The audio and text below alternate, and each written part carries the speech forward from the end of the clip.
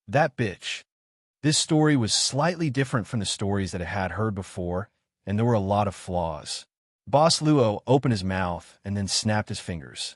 Suddenly, the coffee table and cups were ready. He poured a cup of tea for the red genie who had been telling the story until its mouth was dry. Tea. Oh, thank you. It took the cup subconsciously. Did I scare you? Sorry, my temper is getting worse after staying in the magic lamp for so long. But I feel much better after telling you. Hey, you're actually a good person. You're welcome. Boss Luo smiled. Seeing that the red lamp god was getting closer, he stepped back a little without a trace. Just like that, they looked at each other. The red genie suddenly whispered, "After knowing this, will you look down on me?" Boss Luo, who had become quite eloquent since he became the shop owner, was now at a loss for words when he looked at the red genie's eyes. He rubbed his eyebrows and chose his words carefully. So you'd rather use your soul as collateral than lose half of your power, so that you can take revenge when you regain your freedom in the future. Half of my power is not enough to deal with my old wizard. The red genie gritted its teeth and said, "He is a powerful wizard. And that bitch, she had been a genie for many years before me. So there must be a lot of things that I don't know about. Not to mention that I only have half of my power left. Even if I leave the magic lamp's imprisonment now, I can't guarantee that I can defeat that bitch." Luaccio sorted out his thoughts and listened to the red genie calling her bitch. Strictly speaking, as the lover of his teacher, the previous genie was actually the red genie's master's wife. After some simple sorting, the story of the red genie was actually a story of my most respected teacher teamed up with his coquettish and coquettish teacher's wife to set me up, and I couldn't beat them. I was also in despair. What should I do? Anxious. It was a story. So many years have passed. As a genie, you can live forever. But your teacher and the previous genie may not live that long. Boss Luo shook his head. The red genie also shook its head. No, I believe that the wizard can, because he will drink the spring water of the fountain of youth. So will that bitch. Boss Luo blinked. The fountain of youth? The red genie nodded. That's a treasure I accidentally found when I was looking for the magic lamp. I even told him my teacher, Boss Luo really believed that the red genie was telling the truth. Chapter 15:16. Do you want another cup? No, thank you. This cup is enough. I haven't had such good tea in a long time. The red lamp god held the teacup with both hands and sat on the stairs where the lamp was placed. Boss Luo also picked up the teacup and sat next to her. But he looked at the entrance. The woman outside, is she your friend? The red genie suddenly lowered its voice and asked. Luochio thought for a while and said, "Currently, we're classmates. We just got to know each other not long ago, so we're not friends. Due to some reasons, we came to the desert. We were accidentally involved in an incident, so we ended up here." The red genie nodded. Maybe it was because it had vented its anger for years. It didn't look so ferocious anymore. It even looked kind.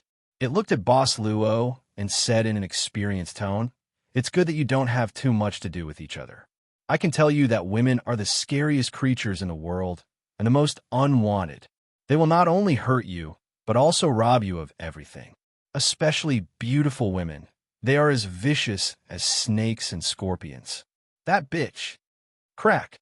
Due to the excessive force, the cup shattered in the red genie's hand. However, the genie did not seem to notice the broken cup. Its eyes were fixed on the passage in front of the entrance. Gradually, a cruel glint appeared in its eyes. Soon it sighed.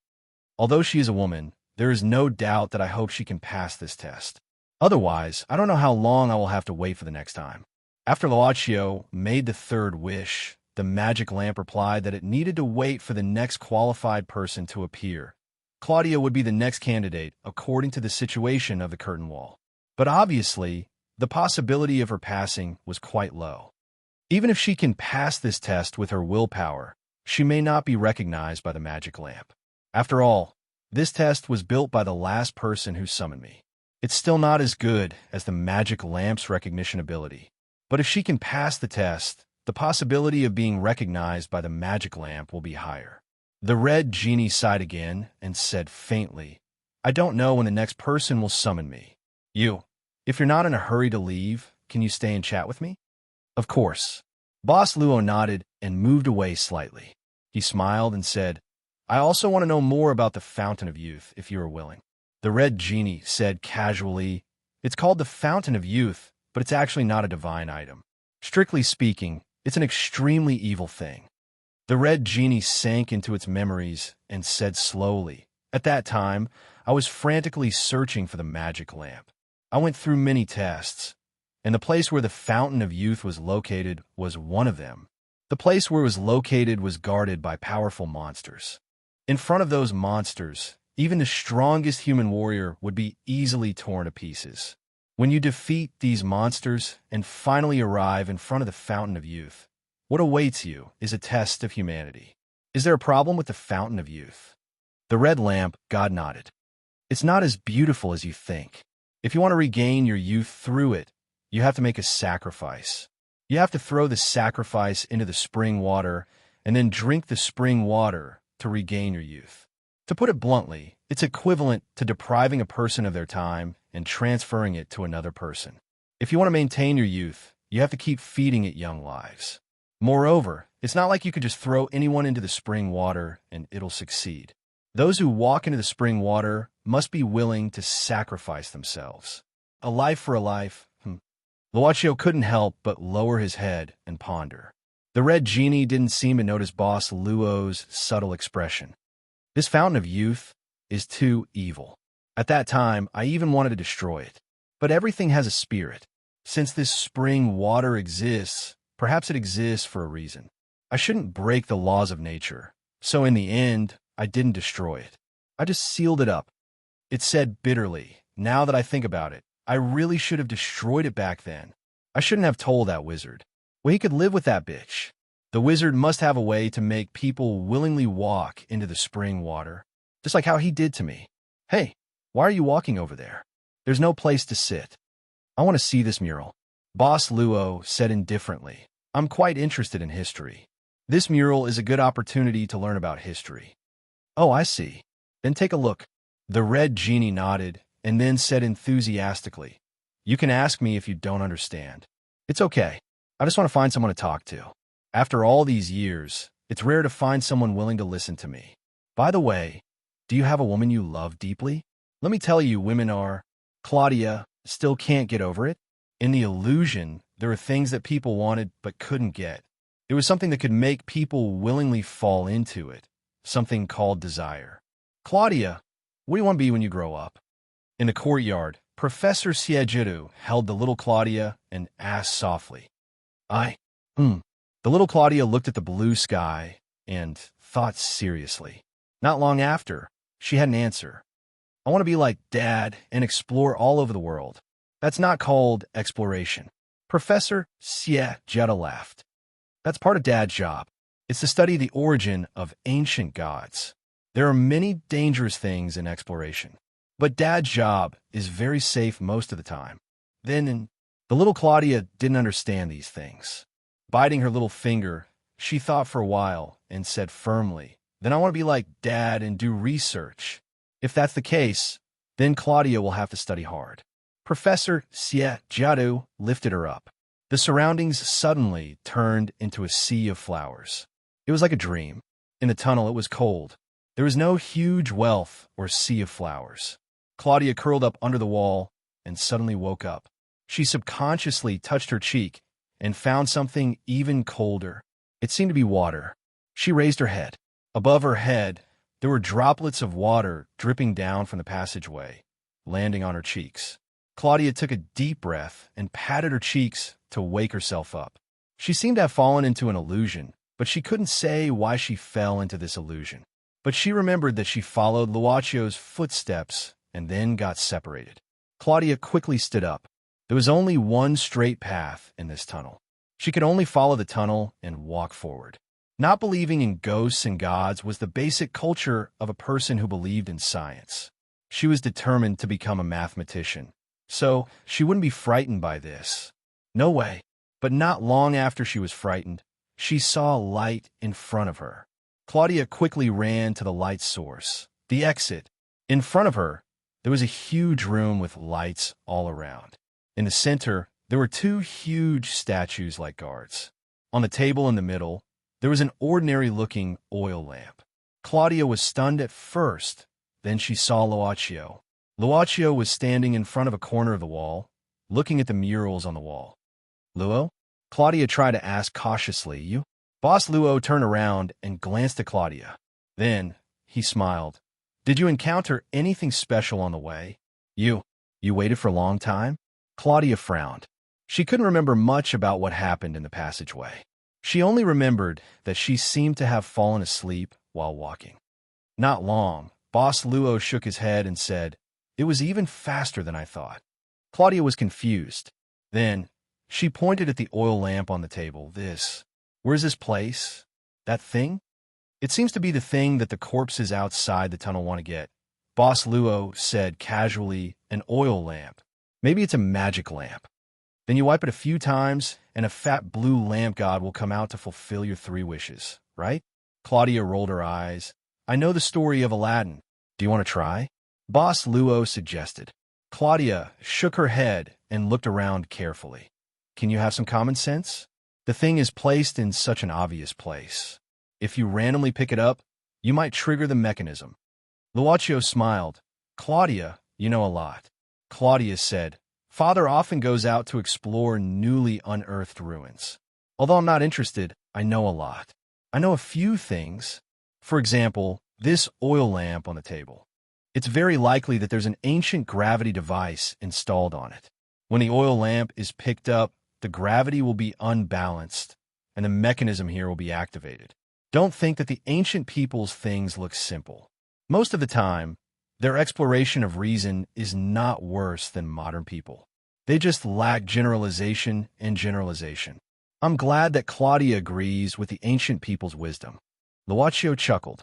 Then, under Claudia's shocked gaze, he directly lifted the lamp on the table. Do you want to die? But it's a pity that there doesn't seem to be the mechanism you mentioned." Luaccio came to Claudia with the lamp. "Now, do you want to wipe it?" Claudia opened her mouth, hesitated for a moment, and then took the lamp. She hesitated for a moment, then turned around and used her sleeve to rub the surface of the lamp a few times with a look of disgust. Luaccio smiled. Probably everyone would have such a thing. When the miraculous scene that they had imagined when they were young appeared in front of them, they would always do something that seemed quite childish when they grew up. But the magic lamp didn't have any reaction. A magic lamp that didn't have any reaction was just the most ordinary lamp. "See, there's nothing." Claudia turned around, picked up the lamp, and shook her head. "Legends are legends after all, only used to deceive children." "Idiot." Luaccio smiled and looked around. "This is the end. There's no road. It seems that we can only go back." "Then let's go." Claudia nodded and said, "It's still dangerous here. It's better to leave early." Then Claudia casually stuffed the lamp in her hand into the backpack. Facing Luaccio's gaze, she explained, "It's rare to come to this place, but I only found this thing. I don't know if it's good or not. Maybe it's something valuable. Even if it's just an ordinary item, it's not bad as a souvenir." Claudia's words were very reasonable, and Boss Luo couldn't find any reason to refute it. Looking at the magic lamp being stuffed into the backpack, Boss Luo seemed to hear the roar of the red lamp god living inside. It seemed to say, "See, I told you. Women are not good things. Not good things. I told you." When they were about to walk out of the passage, Claudia suddenly asked, "By the way, Luo, did you encounter anything special when you were in the passage? For example, did you have a very long dream?" "No." Boss Luo shook his head and said indifferently, "How about you, did you?" "I forgot." Claudia shrugged and then stretched. "But I did fall asleep." Sleeping on the floor is not good for the body." "Dash." She suddenly let out a cry of surprise. It turned out that a strong light suddenly shot in from the exit. The sudden strong light made them unable to open their eyes.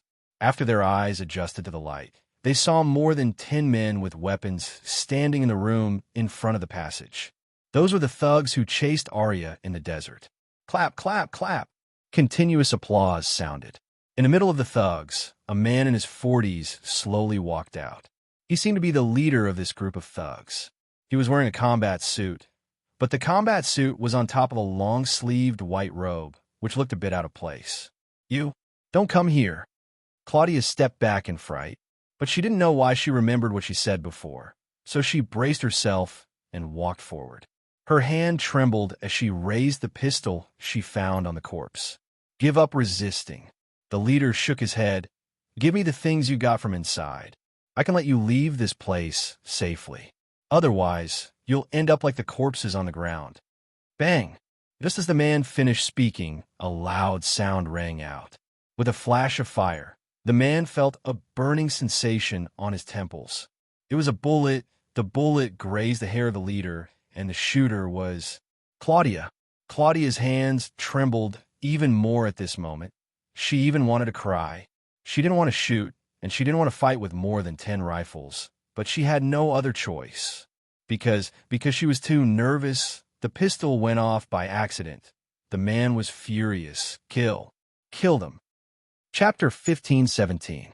If someone were to ask Claudia if she could kill more than a dozen enemies armed with submachine guns with a small handgun, she would reply without hesitation that it was absolutely impossible until the thugs in front of her fell one after another in front of her. Bang, bang, bang, bang. The last one to fall was the leader of the thugs. His eyes were ferocious, and he couldn't believe it. Claudia's whole body trembled slightly. Perhaps because she was too scared, Claudia still maintained the posture of pointing the gun at Lucio, but she didn't seem to notice it. Instead, she swallowed her saliva and said with a trembling voice, "They're all dead. But I didn't shoot." She really didn't shoot. Oh, except for the first shot that went off accidentally. The gunshots that suddenly sounded were not from the small pistol in her hand. All of this happened as fast as lightning. I know. Lucio reached out and pressed down the pistol in Claudia's hand. It wasn't you. Then, Claudia was startled. Then she thought of something and instantly looked behind the thugs. At this time, she saw 2 figures slowly walking out from the shadows. Claudia fixed her eyes and found that the 2 people were Arya and the mysterious Mr. Otto. They also had guns in their hands. The ones who shot all the thugs were them, who were hiding in the shadows. Didn't you leave already? Why did you come back? Claudia looked at Arya and suddenly frowned and asked, Who asked me to be a man of my word? Arya said indifferently, Since I took Otto's money to bring him into the desert, I naturally have to bring him out of the desert safely. I just went outside to look for some equipment. How can I just leave like this? Claudia didn't believe him at all. She was still holding a grudge against him for scaring her with something as terrifying as a corpse prostitute. However, she was still grateful for Otto's help. Thank you for saving us, Mr. Otto. This is only a small part of them. Their people might catch up soon. Let's leave this place first. Otto looked around and then turned around. Follow me. Under AO20's lead, everyone quickly left the underground pyramid. They didn't encounter any accidents along the way, and there were no traps at all. Along the way, one could see traces of blood on the walls from time to time. Arya said that this group of thugs had been excavating this place for many years. Most of the traps in the pyramid had been directly removed by them. Even if they walked with their eyes closed, they would not encounter any danger. As for how the thugs removed the traps inside the pyramid, looking at the bloodstains on the walls, it was easy to guess. Don't forget, these thugs would also capture travelers who were alone. Later, in order to prove that there really wasn't much danger here, Arya dared to take a few steps with his eyes closed. Then, he slipped and fell to the ground. Claudia held back her laughter. I'm finally out. The exit was a sand dune, and there was a stone passage leading to the surface. It was already night outside, and the temperature difference between day and night was huge. Claudia couldn't help but shiver as soon as she came out. At this time, Otto skillfully ran to the other side of the sand dune. After digging out the sand, they saw a large piece of canvas. This place was originally blocked by a canvas, and under the canvas, there was a small stable. Camels. Claudia couldn't help but be surprised. At this time, Arya snorted and said, I secretly got these 2 camels. In order to place them here, I escaped several times before I got them. Claudia couldn't help but ask curiously, You escaped so many times, how did you get caught again? Arya stared and said, What do you know? This place is very remote. If there aren't enough resources, I will die of thirst before I can run out. Do you think that escaping from this camp will be safe? Wrong. This desert itself is a big prison. We dug out the thugs' camp, and this is just the first step of escaping. Claudia stuck out her tongue. This was all knowledge that she didn't learn from books. Although she didn't like Arya, she secretly admired his life experience. At this time, Claudia thought of something and subconsciously looked at Mr. Otto. She asked curiously, "Mr. Otto, didn't you say that you will stay to protect the cultural relics in this pyramid? Why?"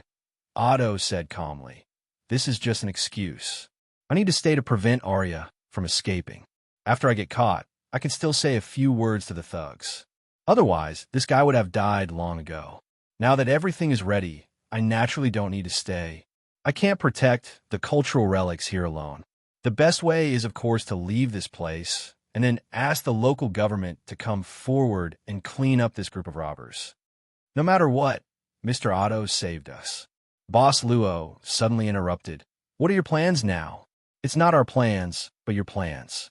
Arya walked forward and said directly, "We will definitely escape from here, but what do you want?" Claudia frowned. She had a bad feeling. Arya smiled brightly and said, "Look, this camel. I escaped time and time again to set it up. The resources here were also collected by me bit by bit. We have already saved your lives down there. Now you want me to provide you with camels and resources for free and bring you out of the desert?" "I know." Claudia snorted coldly. "After leaving the desert, I will pay. I will pay for both of you, okay? Words are no guarantee." Arya shook his head. "What if you sneak away after leaving the desert? Who can I cry to? There is nothing here. Even if you want me to pay, at least give me a cell phone." Claudia said angrily. Arya threw her into the stable without saying anything. Not long after, he came out with a suitcase. This was the suitcase that Claudia was caught and taken away by the thugs. "Come, this is your cell phone. So you are all prepared." Claudia opened her mouth. She felt like someone was holding a knife to her neck and asking if she wanted to buy something. She glared at Arya and snatched her cell phone from Arya's hand. Then she said coldly, "Say it. How much is it for 2 people?" $1 million. Arya laughed and said, "How is it? $1 million for a chance to get out. It's worth it, right? White-skinned little girl." "What? 1 million?" Claudia suddenly exclaimed. Arya stretched out 2 fingers and pointed the gun in his hand. He sneered and said, "It's 1 million per person, 2 million in total. Thank you for your cooperation." "You're clearly robbing," Claudia said angrily. "Where would I get so much money? I don't even have that much money in my entire family." Arya shrugged and said, "I don't care. I only want money. Either you give it to me, or I will take the resources and leave. I don't care if you live or die." "Arya, that's enough." Mr. Ao Tuo frowned. Arya laughed and suddenly swept the gun in his hand. Mr. Ao Tuo's gun fell to the ground. While Mr. Ao Tuo was surprised, Arya had already pointed the gun at Mr. Ao Tuo's chest. "Mr. Ao Tuo, you too, please give me 1 million as well." "Thank you." "You?" Mr. Ao Tuo frowned even harder. Arya said calmly, "Mister, you know that my biggest wish is to be a rich man. Now I have this chance. I know that if I don't grab it, I will probably only be a desert guide for the rest of my life. When I am lucky, I can at most earn some tips, but when I am unlucky, I will probably die in the desert. I just want to live a comfortable life. So don't force me to do it." "Mr. Ao Tuo, you're a smart person. A smart person should know what to do at this time, right?" Mr. Ao Tuo sighed slowly, then nodded. "But I don't have that much money on hand. But I can tell you a chance to get rich. You will get more wealth than this travel fee." "Mr. Ao Tuo, I'm just a small person. I don't have the ambition to find treasure." Arya shook his head. "I know my ability very well. I only need a little money to live a comfortable life. This chance to get rich, you should keep it for yourself. Now just give me the travel fee."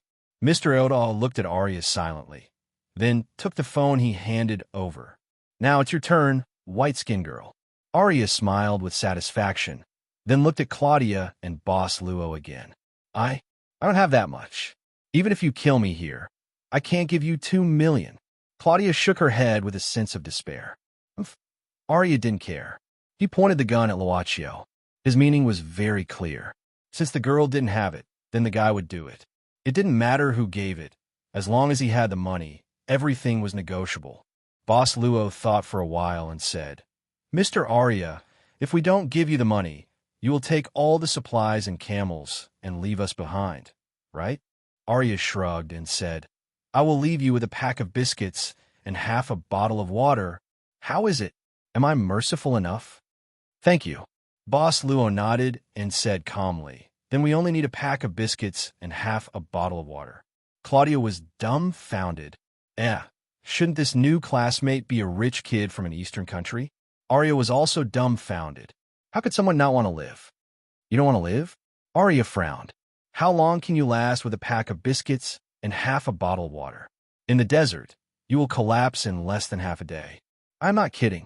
Thank you for your reminder, Mr. Arya. Boss Luo still insisted, but we really only need a pack of biscuits and half a bottle of water. Arya opened his mouth and pondered for a while. He gritted his teeth and said, "If you can't take out 1 million, then 800,000 will do." Boss Luo still shook his head. What a joke. When did he bring money with him? He had been using Miss Maid's money all this while. As for other situations, if he wanted to make money out of it, that would be fatal. This boss who loved to go shopping in the supermarket when it was on sale, how could he use his own time to exchange for money? 700,000. At least 700,000. 700,000 per person. Boss Luo still shook his head and insisted that half a bottle of water and a pack of biscuits would be enough. Arya had never seen such a stingy guy who only wanted to take in and not take out. He was so angry that his lungs were about to explode. However, he didn't want to kill him. He only wanted money. If he killed him, he wouldn't get anything. 500,000. I will give you one last chance. 500,000 per person. Any less, and you will stay here to feed the scorpions in the desert. Boss Luo still shook his head and said that if the other party could give him an extra box of matches in addition to half a bottle of water and a pack of biscuits, he would be very grateful. "Do you believe that I will kill you now?" Arya said fiercely with red eyes. Boss Luo said calmly, "The gunshots will probably alert the thugs at the camp. Maybe the camel can outrun their off-road vehicles." You piss me off." Arya grabbed his head and shook it a few times. "I have never seen such a stingy guy like you." "Fine. If you want to stay here and wait for death, then do as you please." With that said, Arya pulled the camel over and jumped on it, bringing the supplies with him. At the same time, he shouted to Mr. Otto, "Are you following me? I took your money, so I won't go back on my word. If you can't keep up with my speed, don't blame me." Mr. Otto looked at Boss Luo and seemed to be thinking about something. "Arya, I will give you their money. What do you think?" "You are so generous," respected Mr. Otto. Arya turned around and got off the camel. He bowed and said, "Your most loyal servant is at your service, sir." Mr. Otto shook his head and took out his phone again to transfer the travel expenses to Arya. He then looked at Boss Luo and Claudia. "If you have anything to say it after we leave this place." Claudia didn't say anything. She just quietly organized her luggage. Her things were obviously rummaged through by the thugs, as the inside of her luggage was a mess. She slightly distanced herself from Luaccio. She seemed to have some thoughts about Luaccio's unwillingness to pay in the end. However, Boss Luo didn't care about this because he heard a soft voice. It was the voice of the red genie in the magic lamp. The red genie told Luaccio that Otto was the last person who summoned the genie of the genie and fulfilled 3 wishes. Chapter 15:18. The previous summoner of the magic lamp, with 3 wishes, built a kingdom overnight and gained immortality. But even so, he could not resurrect his deceased lover, because his 3 wishes had been used up. In order to resurrect the queen, the previous summoner secretly built an underground pyramid, and at the same time, brutally captured people to pass the test, hoping to find the next summoner with a pure heart to help him fulfill his wish of resurrecting the queen. This might be the reason why the 7th dynasty collapsed so quickly. The king kept killing people for the fourth wish, and after a long time, the people would probably rebel. In fact, the so-called kingdom in that era was not that big. Instead of calling it a kingdom, it was more like a modern city-state. Since it could be built overnight in the desert, it could also be destroyed overnight.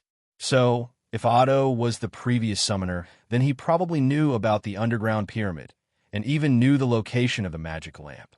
In fact, the desert at night was not suitable for traveling, but they had just escaped from the thugs' camp, so it was naturally not suitable for them to wander around the exit.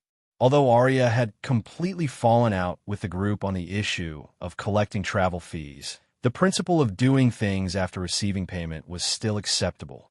Although it was quite unpleasant as a desert guide, his professional knowledge did come in handy.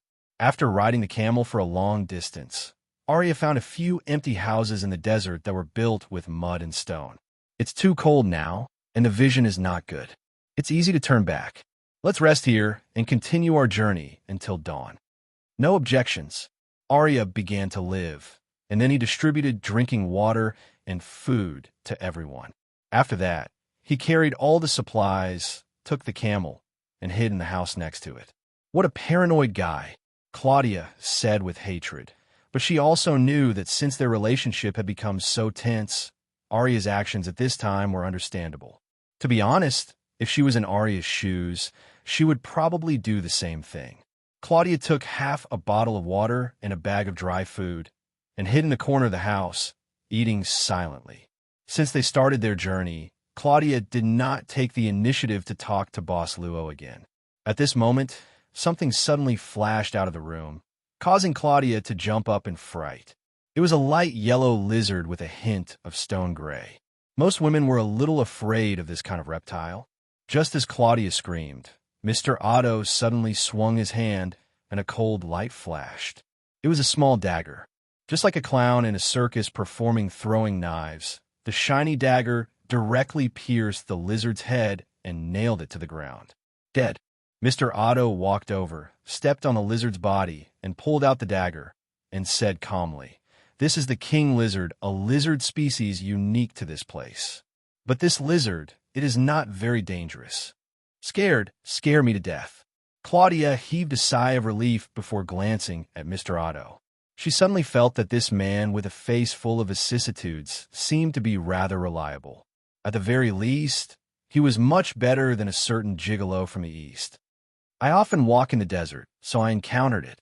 It's not a big deal." Mr. Otto shook his head slightly. Claudia said, "I didn't expect your throwing knives to be so powerful. Normal people can't do it." Mr. Otto said calmly, "It's just that I have a lot of practice. Practice makes perfect. You can do it too, as long as you are willing to spend more time." Claudia shook her head. If she had the time, she would rather solve a few more math problems.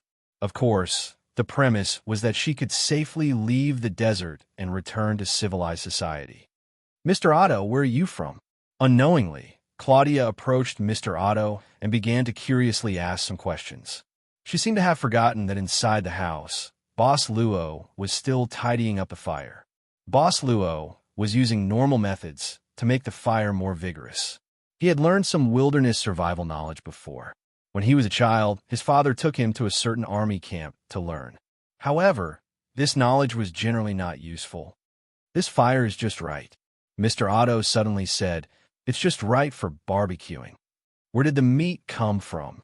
The only source of meat was naturally the king lizard that was just stabbed to death on the ground. The meat of the king lizard was edible. It had been eaten by a certain man who claimed to be the strongest on the surface in public, and it was eaten raw. Mr. Otto used the dagger to peel off the skin of the king lizard, then cut out the meat, skewered it on the dry branches, and began to barbecue it. Its protein content is higher than these dry foods. We need to replenish more energy, Mr. Otto said while barbecuing the lizard meat. Claudia probably couldn't accept this kind of meat. At this time, she looked at it with suspicion. However, probably because Otto gave her a sense of reliability along the way, when the lizard meat was sent over, she forced herself to eat it. There was no seasoning, and the meat couldn't be softened. It was just barbecued, so the taste was naturally not good.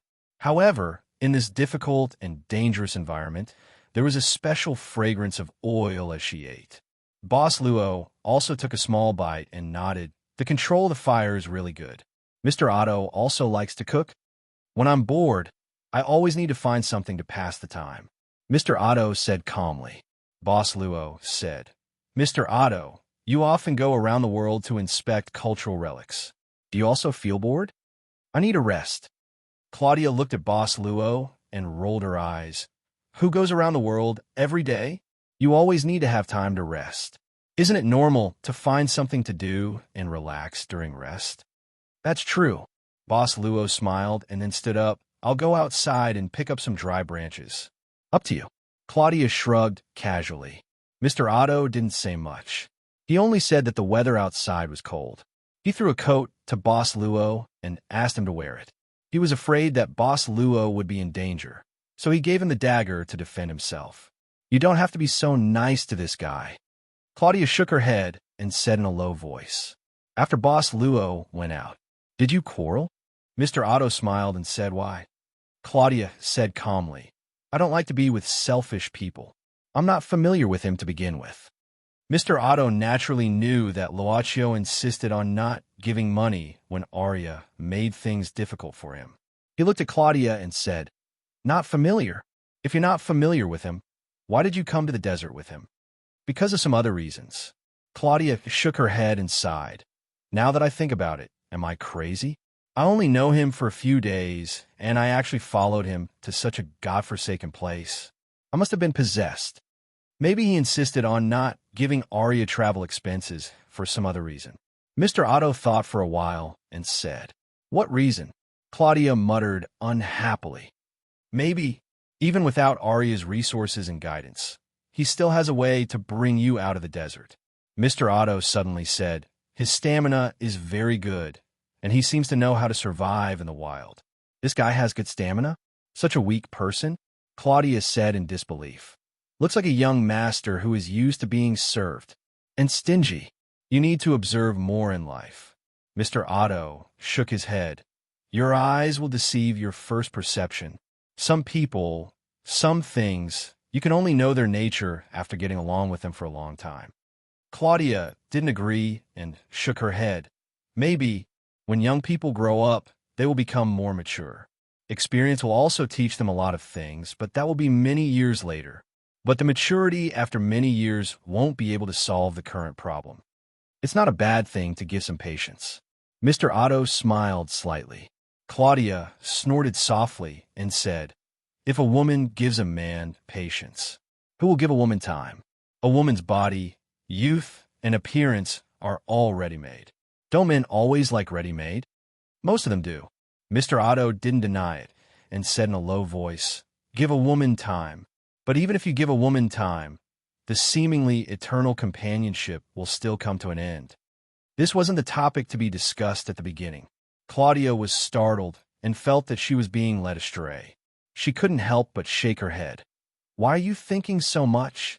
After a few decades, you and I will be the same, turned into ashes. That's right. We will still face death in the end. Mr. Otto nodded. No one is an exception. Claudia rubbed her forehead. Probably because of the fear and the many experiences she had today, she was mentally tired. She yawned and said, This topic is obviously not suitable to continue in this environment. Let's rest more and replenish our strength. Your friend hasn't come back yet. I will wait for him. Mr. Otto smiled. If you are tired, you can sleep first. I will watch the fire. Before Claudia fell asleep, she seemed to have thought of something. After hesitating for a while, she took out the strange oil lamp she got from the pyramid from her backpack. This is...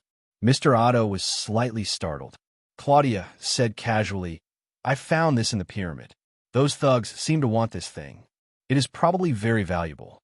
I can't let you pay for my travel expenses for free, but I don't have so much money to pay you back. Take this thing as a gift. Mr. Otto didn't refuse and took it silently. Claudia said at this time, I have to say in advance, I don't know if this thing is very valuable. It may be just a piece of junk, worthless, but it may also be a precious cultural relic, a priceless treasure. I will give it to you. no matter whether it is valuable or not. I owe you 1 million yuan. As for that guy's travel expenses, if you want it, you could take it from him. Don't you regret it? Mr. Ao suddenly asked. Perhaps it is really valuable, or even a priceless treasure. After all, so many people have died for it.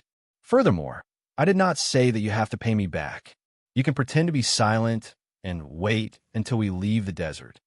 1 is 1, 2 is 2. Claudia frowned. I'm not used to owing others. As I said, even if this thing is priceless, both of us can't regret it after tonight. Many people have died for this thing, so it's obviously not a good thing. It might even bring misfortune. Besides, there are probably a lot of souvenir shops in the city for this thing. Could it be that you can really call out a fat blue elf to give you 3 wishes? Mr. Otto said indifferently. Maybe you can. Claudia shook her head. You can take it seriously. Anyway, I have held it for so long. Let alone an elf, even a mosquito didn't fly out.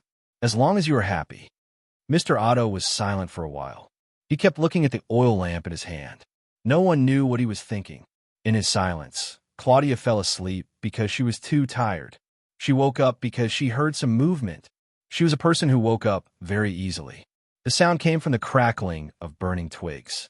Claudia opened her eyes and saw Luaccio sitting in front of the fire, adding twigs.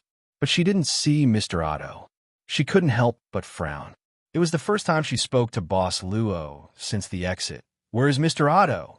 Not here, Luaccio said casually. When I came back, he was already gone. Not here. Did he go to the bathroom? Claudia frowned and immediately asked, How long have you been back? More than half an hour. Luaccio looked at the time.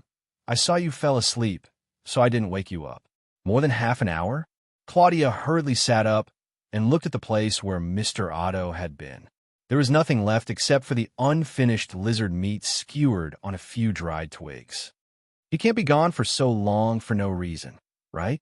Claudia looked at Luaccio vigilantly, then quickly got up and ran out.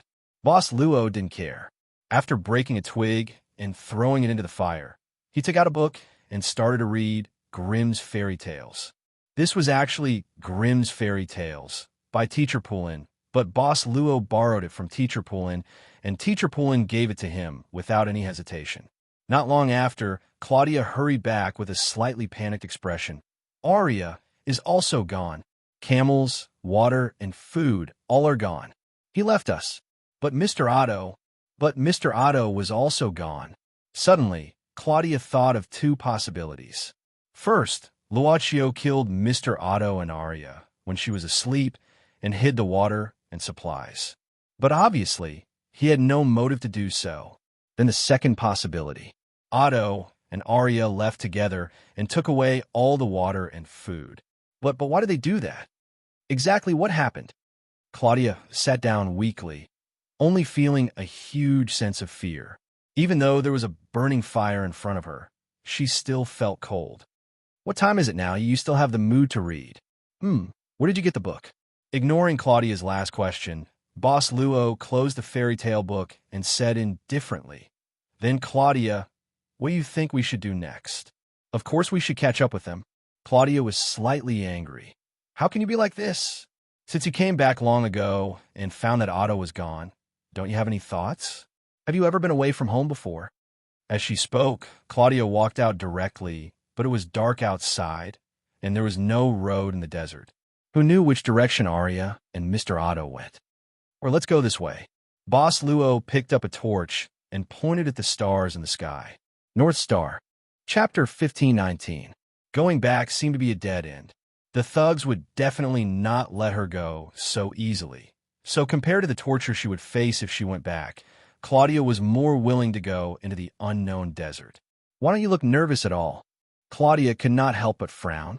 She felt that her brain was in a mess. She couldn't remember how she came to this desert. Logically speaking, there must be a journey in the process, but this memory was blurry. It seemed like she had experienced it, but also seemed like she had not experienced it. This made her feel vaguely uneasy. Traveling in the cold desert at night magnified this uneasiness infinitely. Perhaps she should not have left the broken house. But if she waited until dawn, the thugs might catch up with her again. Maybe it's because my luck has always been good, Boss Luo said casually. There's a saying in our world, there's always a way out. Claudia rolled her eyes. She really did not know where this guy's confidence came from. She shook her head and suddenly asked, You said, I can understand why Arya suddenly left. He is familiar with the terrain, so it is more convenient for him to travel alone. But why did Mr. Otto leave too? Didn't they not have a good relationship before? And Mr. Otto even paid for me and you. Luocio thought about it and said, Did you see Mr. Otto pay for you and me with your own eyes? Claudia frowned and said, Did he not? At that time, Mr. Otto had already transferred the money to Arya, so he agreed to bring you and me. Mobile phone. Wait. Come to think of it, she really did not see the transfer of money with her own eyes. That was done on the mobile phone. At most, she only saw Otto using the mobile phone, and only heard Arya saying that the money had been transferred. She really did not see the money in person. Mr. Otto did not transfer the money at all. Claudia was shocked. He and Arya are actually acting? But why would he do that? What do you think? Luocio asked casually. Claudia lowered her head and muttered, In this case, it could be that the two of them are working together to get money from you and me from us, using a very simple herd mentality. At the beginning, Otto gave us the money without hesitation, but he didn't actually give us the money at all. He was just putting on an act to make us give him the money obediently. But later, I could not give it at all, and you were determined not to give it. So Otto had to change the original plan. What plan? Claudia looked as if she had expected better from him. You still don't understand? Of course, it was to create a good image in front of us. The money was not given, but he made it seem like he had already paid it for us. This way, we will be the one who owes them 2 million. After we leave the desert, they will definitely think of other ways to make us cough up the money. Why don't you understand it? Boss Luo smiled and said, But in fact, they did not get the money and left quietly. This maybe, Claudia subconsciously said, maybe they felt that they could not get any money from us, and they were afraid that the thugs would catch up with us, so they simply left like this. After all, their lives are more important? Or maybe they have already achieved their original goal. Goal? Claudia was puzzled.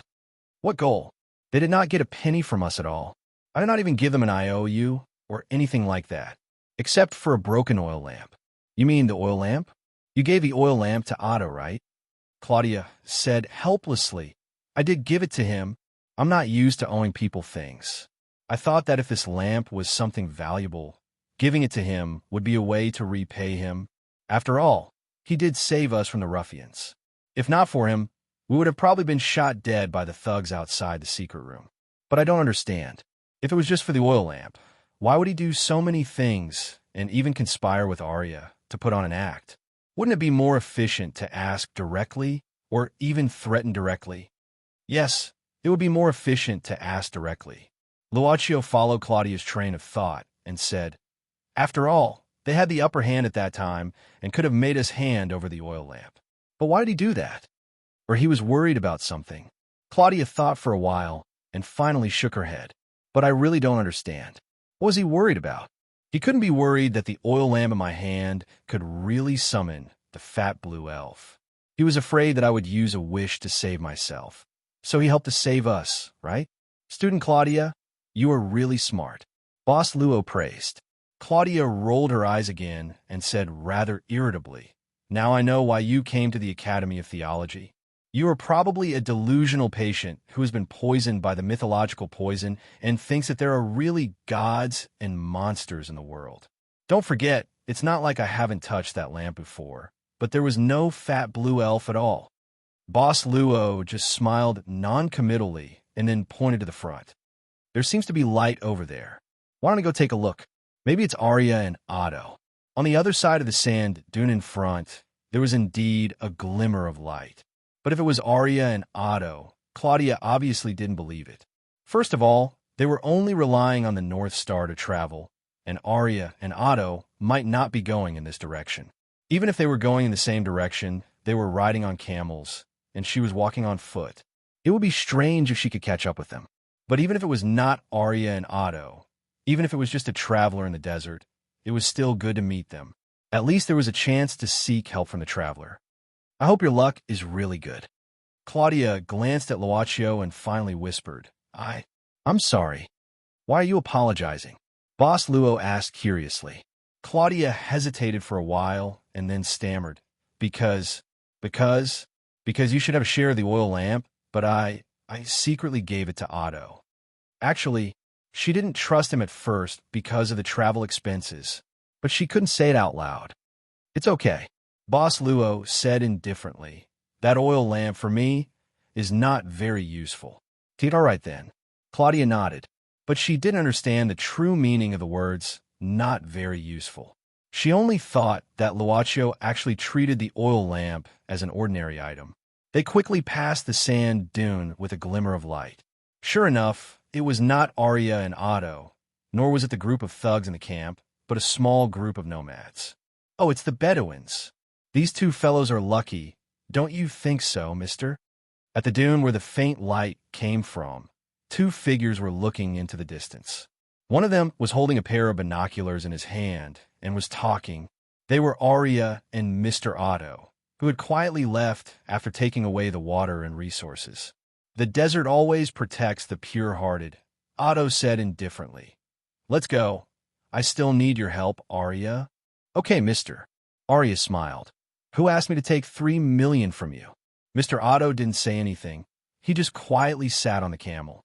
Arya quickly followed and asked curiously, Mister, you went through so much trouble just to get this oil lamp?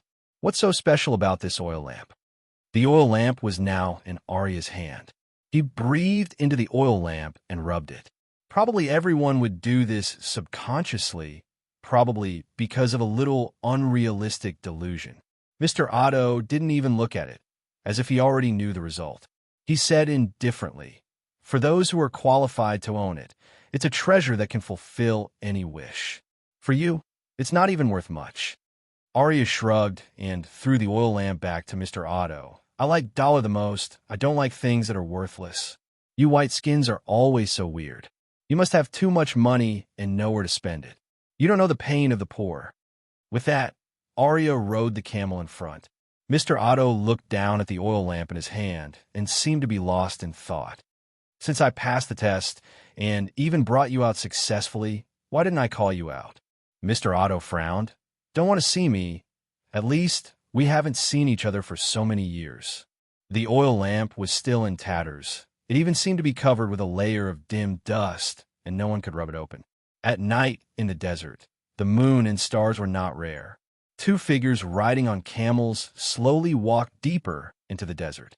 Here came the problem. Although they had already reached the camp of this small nomadic tribe, Claudia suddenly thought of a problem: the language barrier.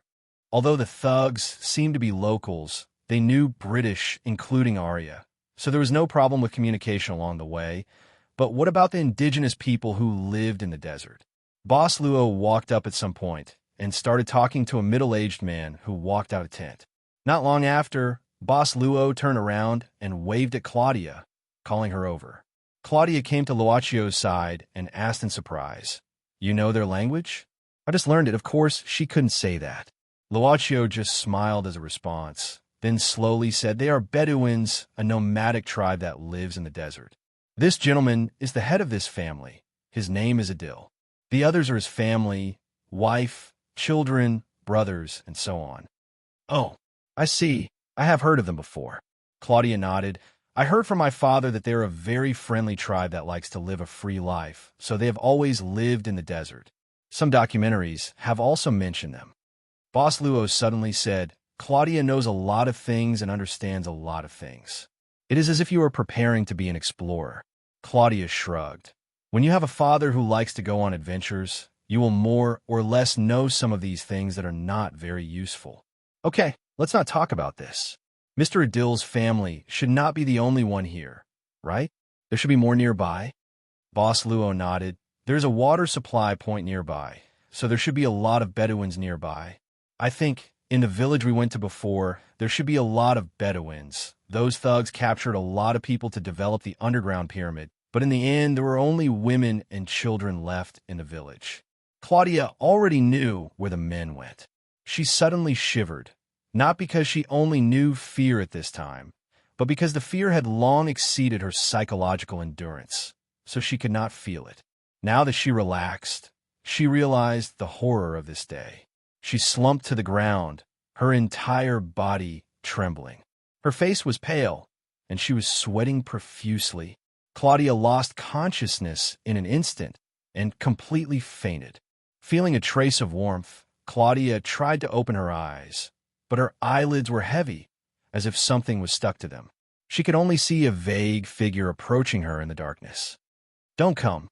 Her reaction was abnormally big, like a bird startled by the twang of a bough. She suddenly sprung up and reached out to grab the blanket covering her body. From her face to her eyes, there was something called fear. "Did you have a nightmare?" I don't." Claudia seemed to have calmed down and saw the person clearly, her new classmate. So she shook her head. "Forget it.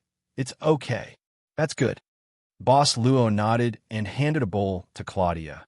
"This is tea made with camel milk. You must have fainted because you were dehydrated.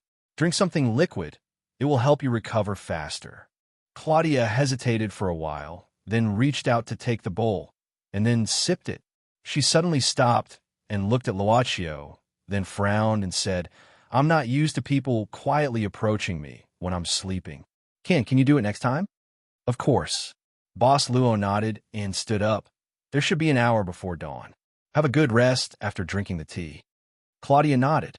Actually, she was completely awake and didn't feel sleepy at this time, but her body was indeed weak, so she looked quite terrible. "Have a good rest." "Wait, thank you." "Don't worry and have a good rest," Boss Luo said casually. "I'll be watching from outside. No one will quietly approach you."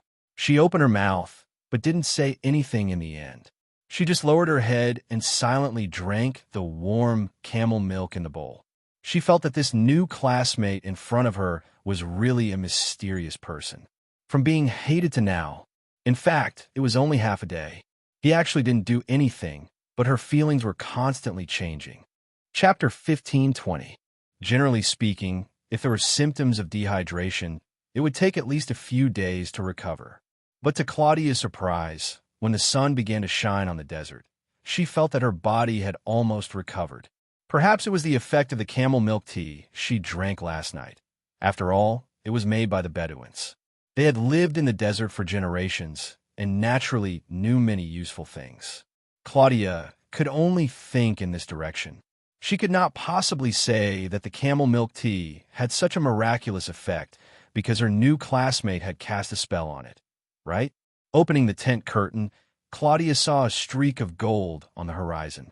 She stretched lazily and wondered if she had been scared out of her wits yesterday. As an atheist, how could she have such thoughts? You've been here all this time?" She saw Boss Luo. Luaccio was sitting not far from the tent, beside a bonfire. He was holding a book and reading it, seemingly engrossed in it. Boss Luo said casually, "Mr. Adil's family can only spare this tent. Anyway, there's a bonfire here, so it's not cold." Claudia did not know why, but she suddenly felt tears in her eyes. This guy always did things casually and always caught people off guard. "Why don't you go inside and sleep for a while?" "It's good to sleep for a while. You have not rested." "I'm not tired for the time being." Boss Luo looked up and smiled. "Don't worry, when I need to rest, I'll rest.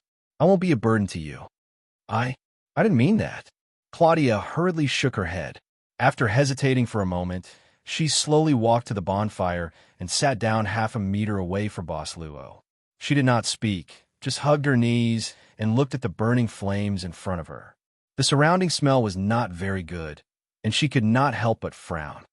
"This is the smell of burning camel dung," Luaccio said casually. "This dung is one of the most important fuels for the Bedouins. It also has a certain repellent effect. There are more poisonous insects in the desert." Claudia listened and turned her head. The sky was only slightly bright, and the light from the fire shone on Luaccio's face. She looked a little fascinated and said softly, "Actually, you seem to know a lot of things."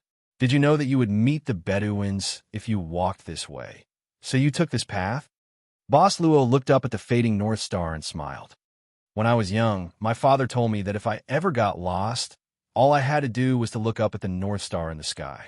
That way, I would be able to find my way, and I would be able to find my way. Claudia suddenly giggled and said, "Fortunately, you're not in Antarctica. Otherwise, you'll think that your father is tricking you." Boss Luo just smiled. Claudia vaguely sensed that this topic seemed to have made the atmosphere quieter. However, her mind worked quickly, and she quickly said, "Actually, my father also taught me a lot of knowledge. But I don't know why, but this knowledge is useless in this situation." Luochio said indifferently, "Perhaps it's not that it's useless, but that you haven't had the chance to use it yet. You really overestimate me." Claudia smiled bitterly and said, "I know myself. I'm actually just a bookworm. Inside, I'm much weaker than I look. What are you reading?" "Grimm's Fairy Tales." "Grimm's Fairy Tales?" Claudia was stunned and then shook her head. She clearly had no interest in this kind of fairy tale book. However, she thought of something. Why did you bring a fairy tale book to the desert?" He didn't answer and asked, "Claudia, do you like fairy tales?" "I liked it when I was young, but I don't like it now." Claudia added quite truthfully, "Only little girls like fairy tales. Women like diamonds." Boss Luo smiled and said, "But little girls in fairy tales also like diamonds." "That's true." Claudia was startled. Then, she sighed helplessly and said, "An irrefutable truth. Mr. Adil made this last night. It's still hot. Do you want to eat it?" Luochio used 2 branches to pick up a bag from beside the bonfire. After opening it, there was some pasta-like biscuits inside. "I'm really a little hungry." Claudia nodded. Since she felt hungry, she naturally didn't hold back. Although it was just some extremely simple food, it was especially delicious at this time, especially when the other party was meticulous in keeping the food warm. "It's really rare. The boys around me are never like this. It seems that we're almost at the place where your father inspected before," Luochio suddenly said at this time. Claudia suddenly stopped and looked at Luochio in shock. She subconsciously said, What did you say?" "When you were resting, I chatted with Mr. Adil for a while." Boss Luo said casually, "As we chatted, it seems that we've confirmed the location of the ancient site where your father inspected before he went missing. Also, it's not very far from here." "Really?" Claudia immediately stood up. Why did she come to this godforsaken place and almost lose her life? She originally came to find clues about her father's disappearance. You're really," Claudia said happily, "you're really a lucky guy." But Mr. Adil of the Bedouin people didn't suggest that they go to that place just like that. He even showed a hint of warning solemnness. "Why?" Claudia asked in confusion. Since it was a clue about her father's disappearance, she naturally wouldn't give up easily. Especially when the clue was right in front of her, no one would be willing to give up so easily. Mr. Adil, who was wearing a pair of bloomers, smoked a pipe and shook his head violently as he said something. Claudia didn't understand, but Boss Luo interpreted for her. Mr. Adil said that that place is where the demons live. If you go in carelessly, you'll lose your life.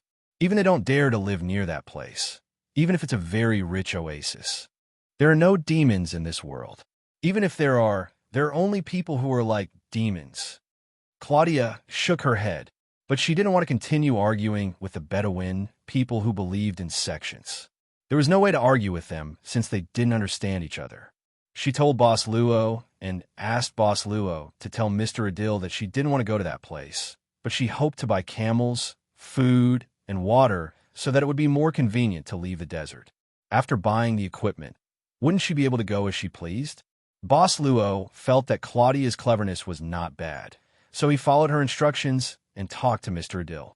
In the end, they successfully exchanged a necklace and the clothes in Claudia's suitcase for some food and water. But Adil didn't intend to sell the camels at all. Claudia naturally couldn't do anything about it. Camels were indeed the most important companions for the people of the desert. "I don't know what that place is." On the way, Claudia said curiously, "There are too many strange things in this desert. The pyramid built underground, the magical nomads, and the fake magic lamp. Haha. At this moment, Luo Chio suddenly recalled his discussion with Claudia about their dreams. She said that her dream was to be a mathematician, the kind that could win the Fields Medal. But when she talked about these mysterious things, she was looking forward to it. Yes, I'm looking forward to it. According to the fragmentary information left behind by Professor Siejiadu before he disappeared, and some words that he once said, Claudia could only speculate that her father's archaeological research team, before he disappeared, was an entire team. The exact number of people was unknown, and it seemed that they all hid their identities and only communicated with each other by code names. The only clue that Claudia could find about the members of her father's archaeological team was Golden Pupil. But all the network IP addresses of Golden Pupil were fake, so it was impossible to find out his real address and identity. After Professor Xie Zhedu finished his archaeological research and came back, he buried himself in research. In the end, he only left behind some strange research notes about the theory of God's Trinity. But it's an oasis? Claudia frowned at this time. I don't think I heard my father mention that there was an oasis in the archaeological site. Could it be it's actually not the same place? Boss Luo was more optimistic. Whether it was true or not, they would know when they went to that place. If it wasn't, returning to Mr. Adil's camp was actually not that far. You are so optimistic. Claudia shook her head. Wait, guess what I saw? Oh my God! She suddenly shouted, and her voice was filled with an unusually happy smile, as if she had vented her anger. Boss Luo looked in the direction that she was pointing at. Not far ahead, they could see 4 figures buried in the sand. Arya, Mr. Otto, and the camel they took away. When Claudia arrived in front of Arya and Mr. Otto, who were buried in the sand, she abruptly stopped in her tracks. Guess what I saw? Claudia looked at Arya and Mr. Otto, who were buried in the sand at this time, and her face was full of joy. Huh, strange. Why are there 2 people buried in the sand? Is he a lost traveler? Or are they from the Earth's core, people who live underground? All right. It's your enemy. Is that good enough? Arya glared at this time and said unhappily, I have seen the adventures of the Earth's core. Ha ha ha. Retribution, right? Claudia was very happy at this time. Obviously, Arya and Mr. Otto fell into the quicksand while they were on their way, so they were trapped in this place. Moreover, looking at how their chest was about to sink, it was obvious that they had not been trapped for long. Mr. Otto, Mr. Arya, we meet again. Boss Luo did not mock, and simply greeted. Even Claudia was stunned and asked stupidly, Is there anything I can help you with? That they abandoned us and did not save us. Are you still planning to save them? Claudia asked in disbelief. Luo, are you also dehydrated? Is it serious? Boss Luo thought at this time and suddenly asked, Then according to Claudia, you plan to pretend that you did not see it, right? She frowned and looked at Arya and Otto, who were sinking bit by bit and did not dare to move at the same time. She was speechless for a moment. Why don't you decide? Luochio said indifferently at this time. If you don't care, we will continue on our way. If you plan to save them, then we will take action. How about it? How can I decide? Claudia gritted her teeth at this time. This kind of thing me? You can't make your own decision? Luochio said indifferently. Then let's do it the other way around. If I decide to leave, will you pretend that this did not happen and follow me on the road? If I decide to save them, will you be willing to follow me to save them? Claudia opened her mouth again. She suddenly realized a problem. Regardless of whether the initiative was in her hands or not, she was still faced with a difficult choice. Miss, I am very sorry. Forgive me for what I did before, but seeing that we saved your lives. Arya hurriedly begged at this time. He was not a stubborn person to begin with. Shut up. Claudia glared at Arya at this time and glanced at Mr. Otto at this time. At this time, Mr. Otto's eyes were closed, as if he did not see Claudia and Luochio's arrival.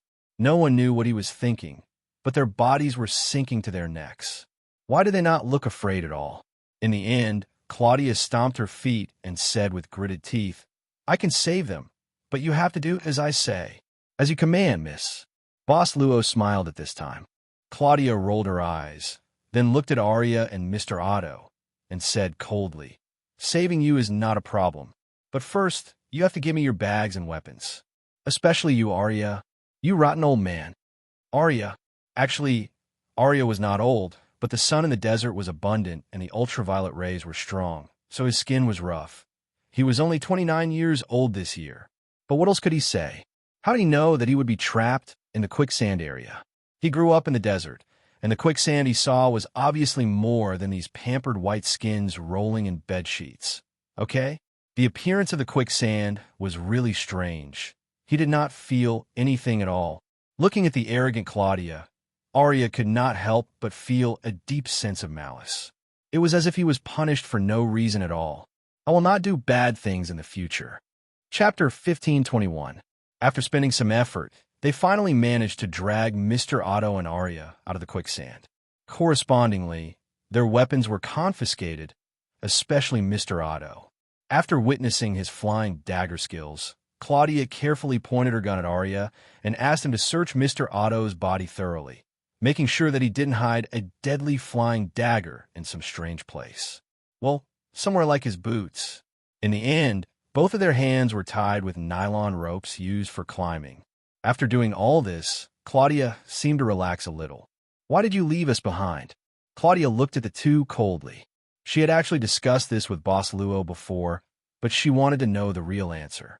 Probably people who aspired to become mathematicians had an unusual stubbornness in pursuing the answer. Arya said with a depressed face, "Okay, I'll be honest. Mr. Otto and I actually wanted to cheat you, but we thought that it would be a burden to bring you along. We thought that our lives were more important than money, so we left with the supplies. I'm very ashamed. I abandoned you, but you still chose to save me. God, you're really an angel. Can you give me a chance to turn over a new leaf? I'll definitely repay you. No matter what difficulties we encounter, I'll definitely bring you out of this desert." Claudia looked like she didn't believe him at all. She fired a few shots at Arya's feet. Arya was so scared that he jumped up like an ant on a hot pan. It was actually the first time she fired at someone's feet. The only time she touched a gun was in the shooting club. At this time, her heart couldn't help but beat fast, but she looked calm. Only her breathing was a little chaotic. After taking a few deep breaths, Claudia looked at Boss Luo and showed a rather proud look. "See, I guessed right, there is no magic lamp. You sous chef." Boss Luo just smiled, took some water from the supply bag, and gave it to Arya and Mr. Otto. Arya saw this and naturally thanked him. Mr. Otto opened his eyes. He didn't seem to need much water, but his lips were dry and cracked. He opened his dry lips slightly. "We meet again." This should be what Luaccio said at the beginning, but he only responded now. "Yes, we meet again, Mr. Aoda," Boss Luo said patiently. Mr. Aoda thought for a while and suddenly said in a low voice, "You should be an inhuman, right?" Boss Luo asked calmly, "What is inhuman?" Mr. Aoda said calmly, "What an inhuman can do is to become an inhuman. It doesn't have to be a creature with supernatural power in the legends. Those who have trained for a long time and have reached the limit of a human can also become an inhuman. Or those who are different from ordinary people in certain aspects could also be called inhuman. It's impossible for a normal person to be as calm as you are. You've been walking in the desert for a long time, but not only have you not broken a sweat, you haven't even lost your stamina or spirit. This isn't something a normal human can do." Boss Luo said calmly, "Mr. Aota, isn't your aura also good? What are you guys talking about?" Claudia walked over with a frown. She was already dissatisfied with Luaccio giving Arya water, and now seeing him feeding Ao to water, her dissatisfaction increased. "These two, do they have to be so nice to them?" Boss Luo smiled and said indifferently, "Student Claudia, Western countries are not very particular about humanitarianism." Claudia said calmly, "I've never liked the scum protection law. I'm not going to talk about this with you. What do we do now? We save them. What do we do now? Bring them with us?" Luaccio looked at Ao, Ta, and Arya at the same time and asked calmly, "Guys, why are you walking in this direction?" Arya opened his mouth and was about to say something, but Mr. Ao, Ta, suddenly said, "There is an oasis in front. We planned to go there to replenish our supplies, but we didn't expect to encounter the undercurrent. Serves you right. Claudia sneered. Mr. A.O. Ta'a pretended not to hear and continued to look at Boss Luo and said, "There's an ancient site hidden in the oasis. I see that you're also interested in ancient civilizations. Why don't you go and take a look yourself? Maybe you will gain something, or you originally planned to enter the oasis. After all, we met again on this road." At this moment, Claudia suddenly pulled Boss Luo aside and said in a low voice, "Do you believe these two guys? They're full of lies." Luocio remembered a famous saying, "The truth is also hidden in the lies." Claudia frowned and said, "I'm not interested in talking in riddles here." Luocio smiled and said, "Our destination is the oasis, so is their destination. Also, Ao also knows about the ancient site hidden in the oasis, and your father's final research is very likely to be this ancient site. Perhaps Aota also knows a lot about this ancient site." Claudia was stunned and then said helplessly, "But this Arya is a complete selfish bastard, and Aota is full of lies. We have to be careful." As she said that, Claudia stuffed her pistol into Luocio's hand. After confiscating Arya's equipment, this broken pistol that she looted from the underground pyramid was returned to her hand, and she herself changed to a semi-automatic rifle. "If there's something wrong, shoot first," Claudia said with a serious face. "Don't feel burdened. This is the desert. Do you still remember those thugs? The lives here are worthless. Only in your own hands are they valuable." Boss Luo thought for a while and said, "Is this what your father taught you? I know it myself." Claudia said indifferently, then shook her head. "You are a simple-minded person. Sometimes, if you're too good to others, they might not reciprocate." "I will remember your teachings, Miss Claudia," Boss Luo said in a low voice. Her originally stern face softened for some reason. She was probably the typical type who could be persuaded by reason but not cowed by force. But in fact, most of the time, girls would not have much resistance to men who listened to them in important matters. Later, the camel was successfully rescued from the quicksand. After experiencing many things one after another, Claudia seemed to have grown up by leaps and bounds. At this time, she turned over and sat on the camel. Looking quite valiant, she let Luocio sit on the other camel, while Arya and Mr. Aota were tied up with ropes and dragged behind the camel. "How long will it take to reach the oasis from here?" She turned back and looked at Arya.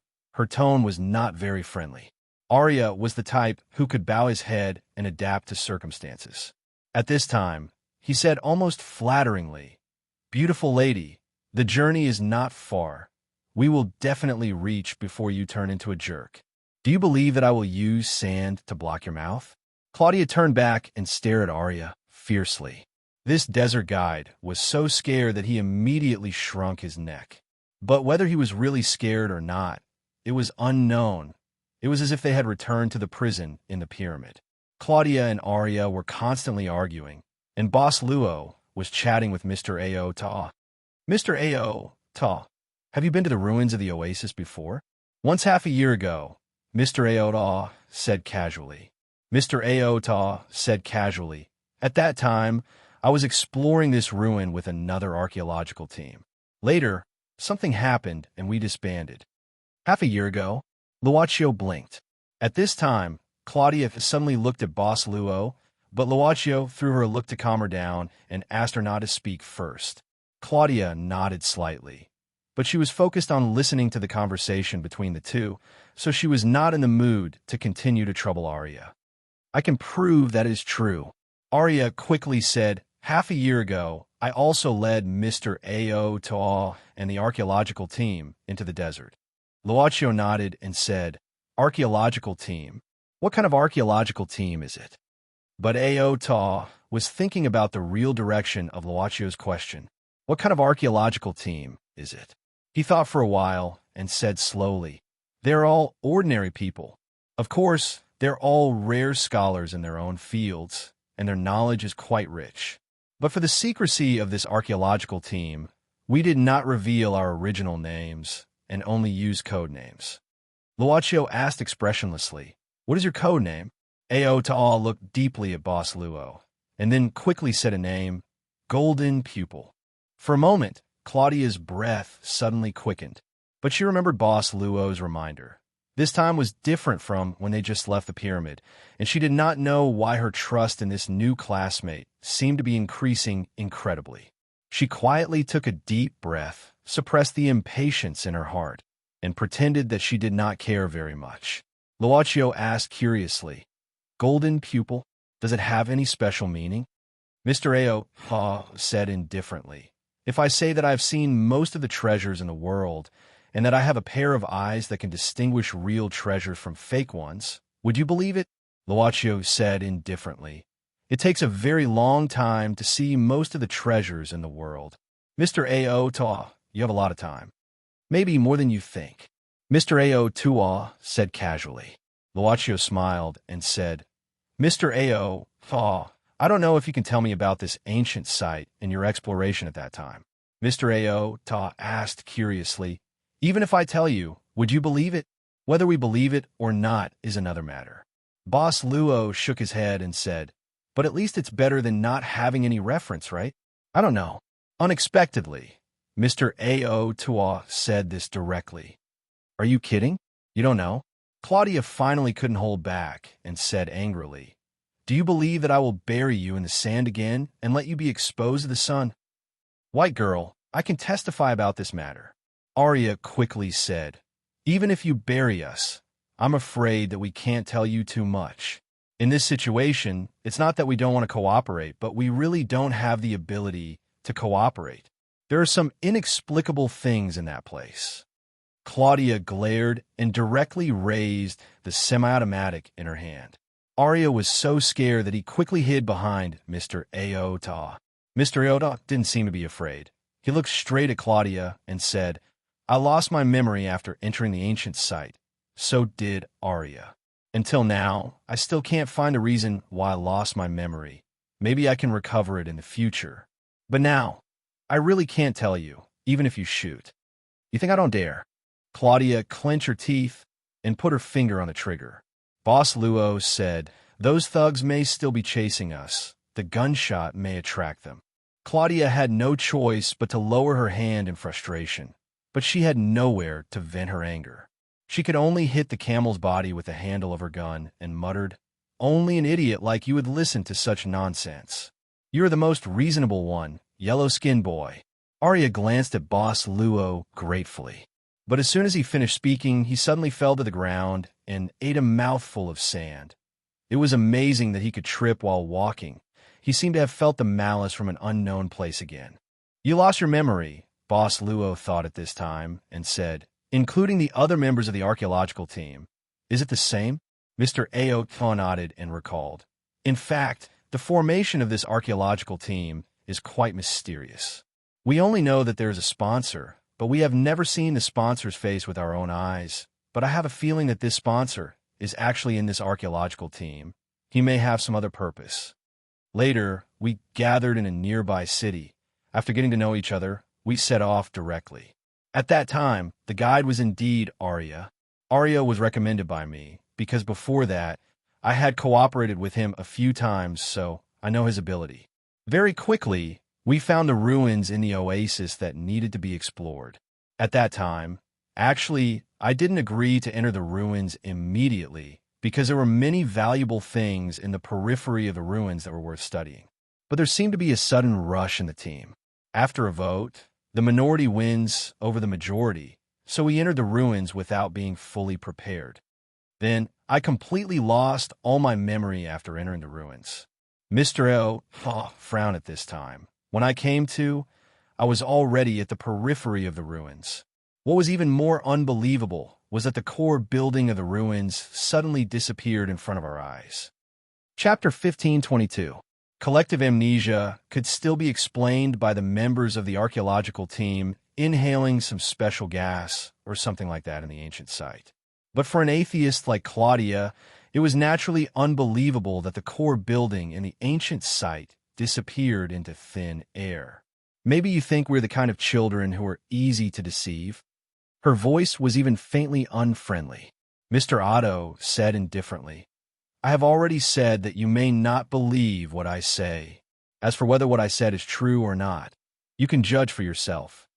Of course, Claudia snorted coldly. I don't believe it. But Boss Luo asked very patiently, Mr. Otto, do you still remember what the missing building looked like? This made Mr. Otto stunned. Most people who heard about this matter only cared about what happened to the archaeological team in the ancient site, or how the core building disappeared. They only cared about what the core building looked like. But he still carefully recalled, it was a temple. In fact, similar temples can be found in many places in this country. Because from the architectural style and the estimated records of some of the carvings, there is no doubt that this is a building about the sun god Horus. The sun god? Claudia frowned. You mean the god of Horus, the eagle god? Mr. Otto nodded, then smiled and said, It seems that Miss Claudia has also done some research on mythology. Claudia didn't care about Mr. Otto's praise. She was still frowning as she muttered, The image of the eagle god has been merged and changed several times. It's not perfect to just use the sun god to represent it. You shouldn't make such a mistake. Why are you looking at me? She found that her new classmate was staring at her at this time, so she couldn't help but subconsciously avoid his gaze. Boss Luo smiled and said, Miss Claudia's knowledge is very solid. It's just some information that can be memorized from books, nothing special. Claudia snorted, but there was still a hint of hidden pride on her face. Mr. Otto said indifferently at this time, Yes, the clergy of the eagle god has been merged and changed several times, so a single name can't completely represent it. But what if it is a building from a certain period of its existence in the myth? You mean? Claudia was startled. Heliopolis in the home of the gods? Speaking of which, the nearby area is indeed relatively close. In this case, it is possible to see the image of the most worshipped sun god. Why are you looking at me? I've been studying theology for half a year, and I've read a lot of miscellaneous literature, okay? Boss Luo shook his head and said indifferently, I just thought of a classmate. Her dream is to be an explorer. Seeing you here, I feel like seeing her realize her dream. She? Claudia furrowed her brows. Who knew what she was thinking? She shook her head and composed herself. I don't believe that there would be any buildings that would suddenly disappear. This might be because you encountered a mirage. The high temperature of the desert might also have caused your body to deteriorate. If there was any external stimulation at this time, it might have caused you to collectively hallucinate. As for the disappearance of memories, it still needs to be investigated. However, even if you lost part of your memory, you should still remember the specific route, right? Then lead the way for me. Don't play any tricks. This is the desert, the place where human nature is the most tested. Maybe I can't withstand the test. These words made Arya suddenly shiver. In such a hot day, he felt that the current Claudia seemed to have changed. Maybe this is the real her. Oh, beautiful Miss Claudia. Arya's face was unusually thick at this time. He even shamelessly saluted and said, If you can give me a bottle of water, I will gladly offer my loyalty to you. Claudia gave him a dictation, turned around, and left. This is the appearance of the core building that disappeared. At this time, Mr. Ao Toa handed over a notebook to Boss Luo, on which was a sketch drawn by him.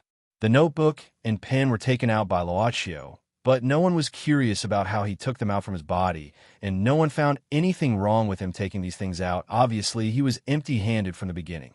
Thank you. Luochio took it and looked down at the sketch in the notebook. This was a multi-columned building with a Roman architectural style. It was a trapezoidal pyramid with 6 levels. Mr. Otto said that the height of each level of the pyramid was about 7 meters. In this case, the original height of the whole disappeared building should be quite conspicuous. Boss Luo looked in the direction that the Bedouin Adil pointed, but the high temperature caused the front to be distorted. At the end of the distortion, he vaguely saw a touch of light brownish green. The oasis in the desert. It seemed that it was not that far away. Along the way, Claudia became silent and did not make things difficult for Arya anymore. She seemed to have a lot on her mind. Luochio chatted with Mr. Otto, Boss Luo, even got down from the camel and walked with Mr. Otto. Claudia was angry at first, but the more she looked at him, the more she couldn't get angry. She could only let him be. She suddenly realized that this new classmate, this guy seemed to be easygoing, but he was actually very opinionated. It was as if no one could influence him. Men are all like this, she thought. Mr. Otto, have you explored many historical sites? Boss Luo asked casually. Mr. Otto said indifferently, after all, I am in this field. It is normal to come into contact with many historical sites. Why do you ask? Boss Luo thought for a while and said, apart from being interested in the civilization of ancient Egypt, there's also something else that interests me. I admire Mr. Otto's profound knowledge, so I can't help but want to learn from you. Mr. Otto smiled and said, you look like a real scholar. Your teacher should be very happy to have a student like you. Boss Luo's teacher, apart from those teachers in the teaching system since childhood, was only Miss Maid. He smiled casually and said, I don't know if Mr. Otto has anything to do with the Gospel of Judas. Mr. Otto was obviously stunned. Then he frowned and said, I know its existence, and I have done related research. Last year, I even planned to do a research on ancient characters, and I considered the Coptic language in the Gospel of Judas as one of the research directions. But because of some things, it was temporarily put aside. Some things? Otto looked at Boss Luo strangely. Then he said carelessly, even if it is about the historical site research half a year ago. As I said, it was contacted by a mysterious sponsor. We came from all over the world. This archaeological activity seems to have been prepared for quite a long time. Boss Luo nodded. He was sure that Mr. Otto in front of him was the golden pupil he had contacted on the internet at the beginning.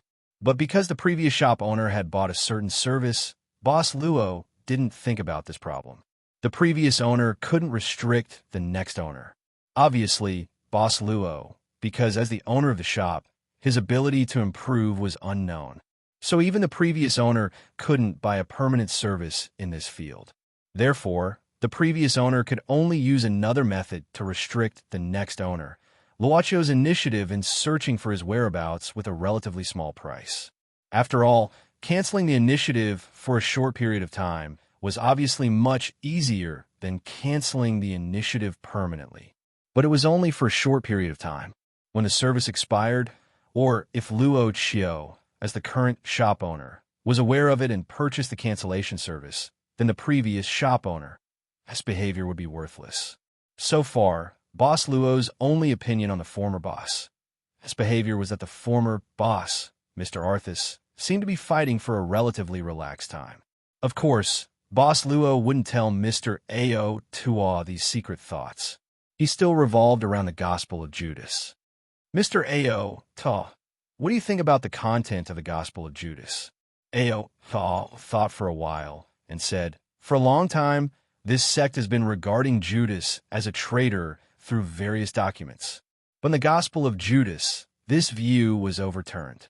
According to the content of the Gospel, not only was Judas not a traitor, he was even the closest friend of Jesus and the most loyal disciple. The reason why Judas betrayed the Holy Son was because of the Holy Son. His purpose was to hand the Holy Son over to the person in power to complete his redemption plan. This is overturning the knowledge of the believers for thousands of years. Boss Luo thought for a while and said, that's true. Mr. Ao Tua nodded. But from the perspective of the long history of human civilization, the information about this sect is actually quite chaotic. In this process, there are many coincidences between mythical figures. Just like the eagle god Horus, his image has undergone several melting and changes. In fact, most of the mythical figures recorded in the literature of the world have more or less similar situations. The reason for this is very complicated.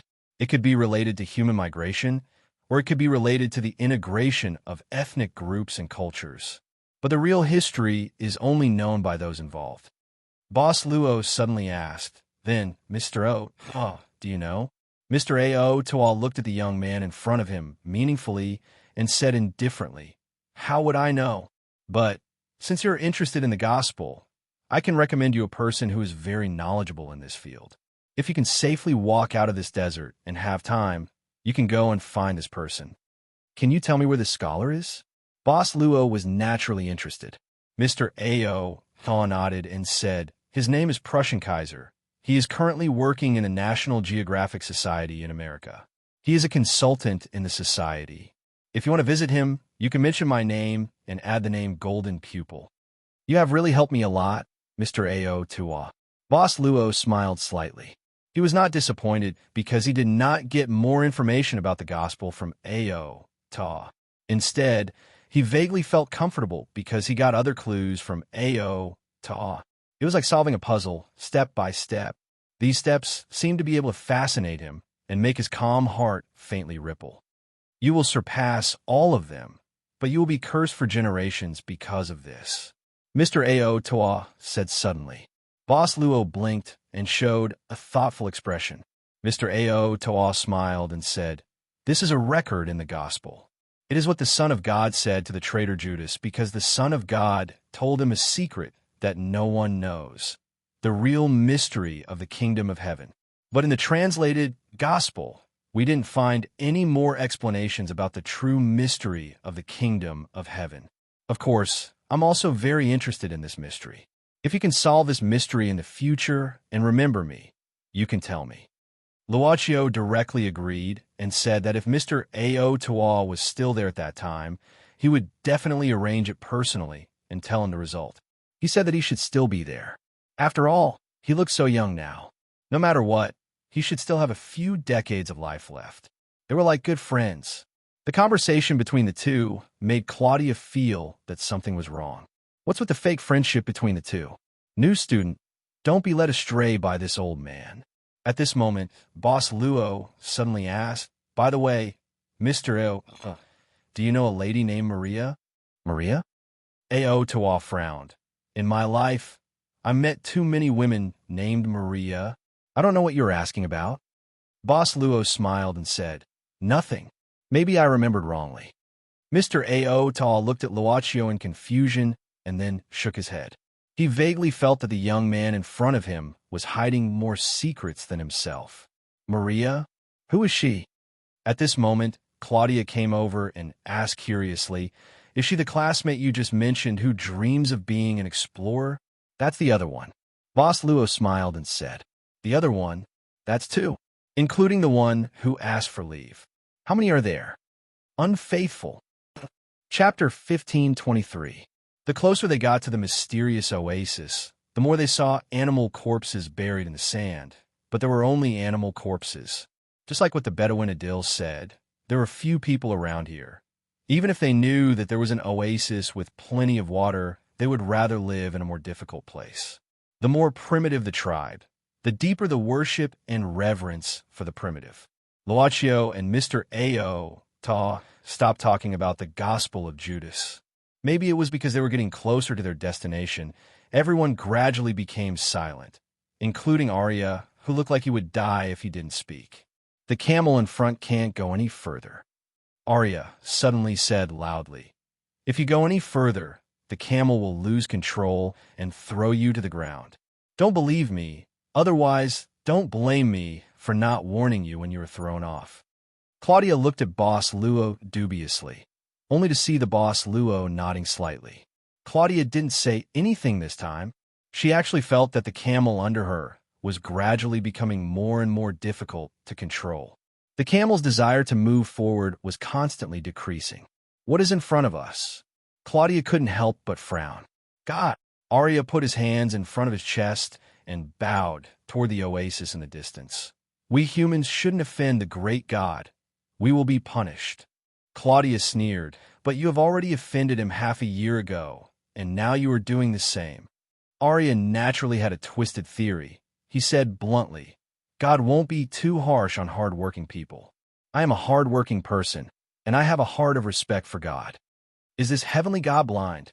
Claudia snorted and was about to climb down from the camel.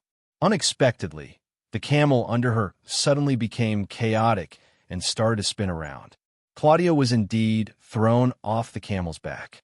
Fortunately, the ground was full of fine sand, so she wasn't injured. At this time, The camel broke free and quickly ran away from the oasis.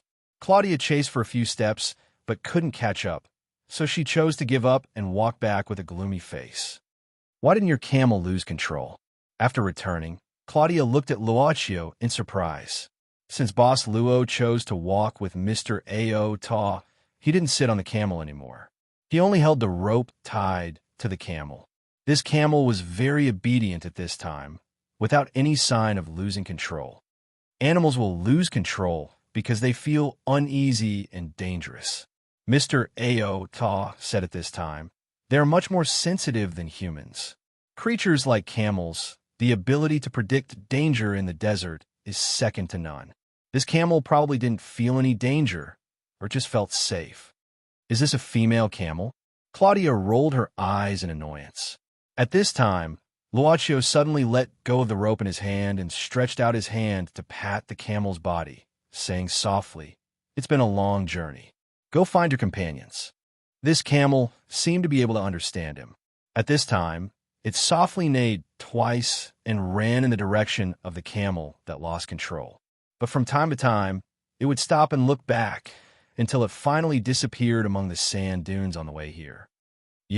Why did you let it go? How can we ride it?" Claudia was about to go crazy at this time. This is the desert. No one from the Animal Protection Association will look for you. People who love animals.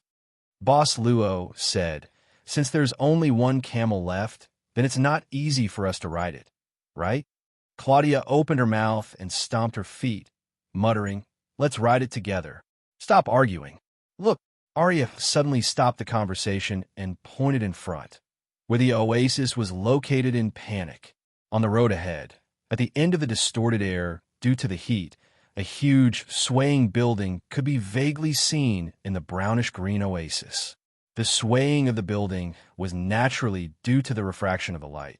But even so, the outline of this huge building could still be seen clearly. Claudia hurriedly took the notebook that Otto had sketched from Boss Luo's hand and compared it with the building in front of them. There really is a historical site. She calmed down and looked at Boss Luo with a surprised expression, and it's exactly the same. And at this time, Claudia suddenly looked at Arya and Mr. Otto, sneering. "And the fact proves that you are lying again. Didn't you say that the core temple disappeared? Look at what this is. This is the missing temple that you drew. It's exactly the same." Mr. Otto didn't answer at this time, but frowned with a trace of confusion, looking straight at the oasis in front of him. "Say something, Mr. Liar." Claudia snorted again. At this moment, Mr. Otto only glanced at Claudia indifferently. Without saying anything, he walked past the crowd and headed straight for the oasis. Claudia wanted to stop him, so she pulled hard on the rope that was tied to Mr. Otto, but what she pulled back was only a broken nylon rope. Mr. Otto's hands that were tied behind his back moved flexibly a few times, and the rope that tied him automatically untied and dropped to the ground. He still walked forward, but his pace was much faster than when he came, and he looked unusually light. How'd he do it? I didn't tie a normal knot." Claudia pointed at Mr. Otto's back view, which was unbound like a magician's performance. She looked at the new male student in the class in a daze, her face full of astonishment. Boss Luo just smiled and said casually, "What kind of knot is that?" Claudia opened her mouth as if she was at a loss. She shook her head. "It's nothing. Ao Tua is weird everywhere. We have to follow him closely so that he won't do anything in secret. So far, he's the only person we've found who knows what happened to my father when he was researching the ancient ruins. I don't believe what he said about losing his memory at all." As she said, Claudia even took out her mobile phone, turned on the camera mode, and quickly chased after him with a gun. It seemed that she wanted to record everything. At this time, Arya imitated Otto and twisted his wrist a few times, but the knot was getting tighter and tighter, and it was so painful that he was about to cry. He attracted Boss Luo's gaze, and finally could only smile embarrassedly, lowering his head and walking silently. The distance between them and the mysterious ancient ruins was shortening little by little. They even reached the periphery of the oasis without any accidents on the way. Mr. Ao who had been walking at the front, finally stopped at this moment. Standing outside the oasis, Mr. Ao raised his head and looked at everything inside. He suddenly said in a low voice, "I have been to this place more than once." But no one heard him say this. Claudia, who finally caught up, because Mr. Otto finally stopped here, she didn't expect that Mr. Otto, who stopped, suddenly walked forward and disappeared into the bushes of the oasis in the blink of an eye. It was hard to imagine that in the center of the barren and extremely harsh desert, there could be such a vibrant oasis. The plants here were the juicy type, and there were even fruit trees that could be seen everywhere. The harsh environment was scorching hot, but because of the tall plants that could provide shade, there was a rare touch of coolness here. Even the water was cool, as sweet as the well water. The partial contrast of the geographical environment made Claudia, a top student who believed in science, couldn't help but exclaim in amazement. Claudia guessed with her half-baked geographical knowledge that there was probably an underground river with abundant water under the oasis, or else it wouldn't be able to grow such a lush oasis. Those Bedouin people actually gave up such a good place. It's really unreasonable. Claudia casually picked a bunch of red fruits from a fruit tree and put them in her mouth. This is a date palm. Eat it without worry. It's not poisonous, and it's very nutritious. Usually, eating a few of them is enough for a day's consumption, mainly sugar. Boss Luo took 2 and tasted them, feeling that the flavor was not bad. What's with your gaze? Claudia felt that her new classmate's gaze was a little different and couldn't help but ask curiously, "Are you afraid that I'm lying to you?" Boss Luo smiled and said, "I've said before, Claudia, very powerful, but it's not the time for you to show it. You see, isn't it now?" She shrugged expressionlessly, but she was somewhat proud in her heart and even slightly shook her head, as if there was a little innocent girl living in her body. "Eat what? Hurry up and go." The next second, Claudia used the semi-automatic rifle in her hand to knock Arya's head. This desert guide was really hungry at this time, so he tiptoed to bite the fruits on the tree and started to eat them in big mouthfuls. Well, a big girl lived here. The deeper they went, the denser the plants became, and even to the point where it was difficult to walk. Mr. Otto raised his head and looked at the building in the depths of the dense plants. There were even many small wounds on his body caused by the sharp leaves. However, these wounds healed in a very short period of time. His face looked old and gray, but the skin under his clothes was very smooth. "I've been here before. I've been here before. I've been here before." He kept repeating the same words until he finally pushed aside the last obstacle, completely walked out of the shelter-like plants, and stood in front of a huge temple. He walked forward until he reached the entrance of this trapezoidal pyramid temple, but was finally blocked by a huge stone door that was completely closed. Mr. Otto took a deep breath, pressed his palm on this huge stone door, and carefully touched the engraved lines on the stone door. At this moment, the stone door suddenly trembled and then slowly rose. He frowned. The rising stone door was connected to a dark passage, as if there was a figure's voice coming from the depths of this passage. It was like a snake's voice. The pitch-black tunnel seemed to be a path to the underworld. Mr. Ao suddenly felt a bone-piercing chill. He hesitated for a moment, then finally took a step forward and stepped into the stone door. "Stop!" But at this moment, a loud voice came from behind. It was Claudia's voice.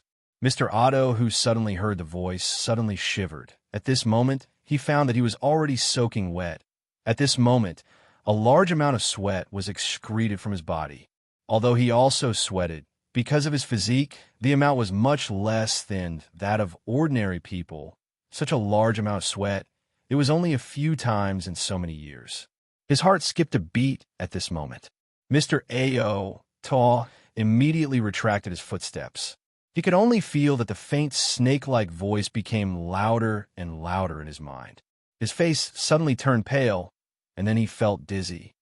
"What do you want to do?" Claudia, who came from behind, grabbed Otto's arm and asked in a low voice, "Are you hiding something?" At this moment, Mr. Otto looked back at Claudia, and at the same time, Claudia saw Mr. Otto's face clearly.